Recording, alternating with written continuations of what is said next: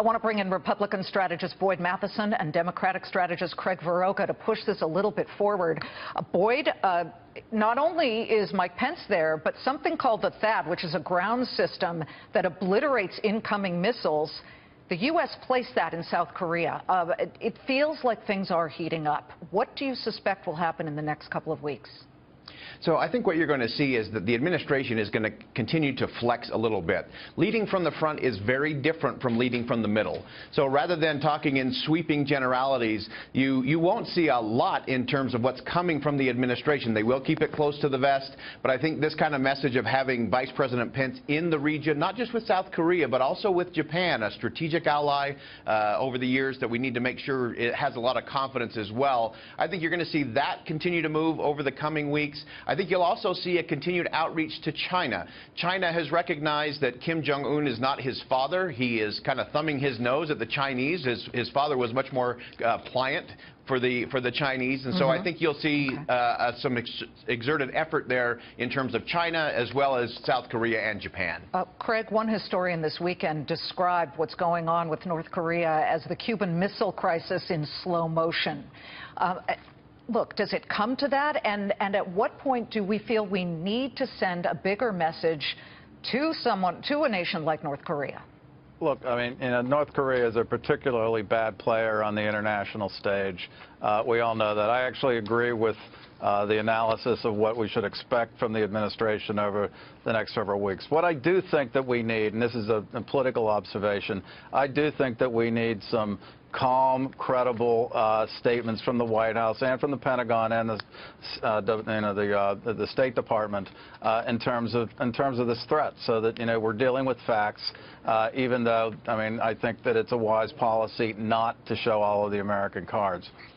Okay, let's bring it stateside and more to the political discussion here. Sean Spicer was just asked about it, but thousands of opponents of President Trump, or people who really want to see his tax returns, came out in force this weekend, and they were rallying and they were protesting.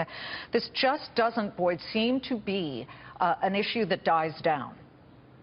It may not die down, but it's much more about just protests. But anger is not an agenda. Frustration is not a platform. And I think this is kind of the shiny object. What we do know from the tax reforms of the president that were leaked out, he made a lot of money, and he paid a lot of money in taxes. But let me just interrupt here. To be fair, it was 1 year that he released, and it was, I believe, more than 10 years ago. So there was sort of a cherry picking here, and that release was quite interesting to a lot of people who feel he should release it. Sean Spicer, Craig, simply said he can't because the IRS is auditing him. Is this just an issue that people need to move on from?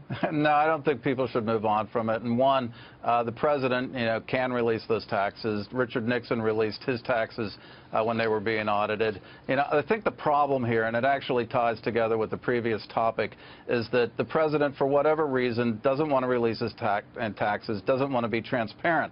And that's interfering with his credibility, which is very important when we're looking at war and peace issues throughout the globe. So it's like, I think he should release them. I don't think it's going to go away. I think as long as he doesn't release them, any fantasy that there's going to be tax reform when he won't release his own taxes is just a fantasy.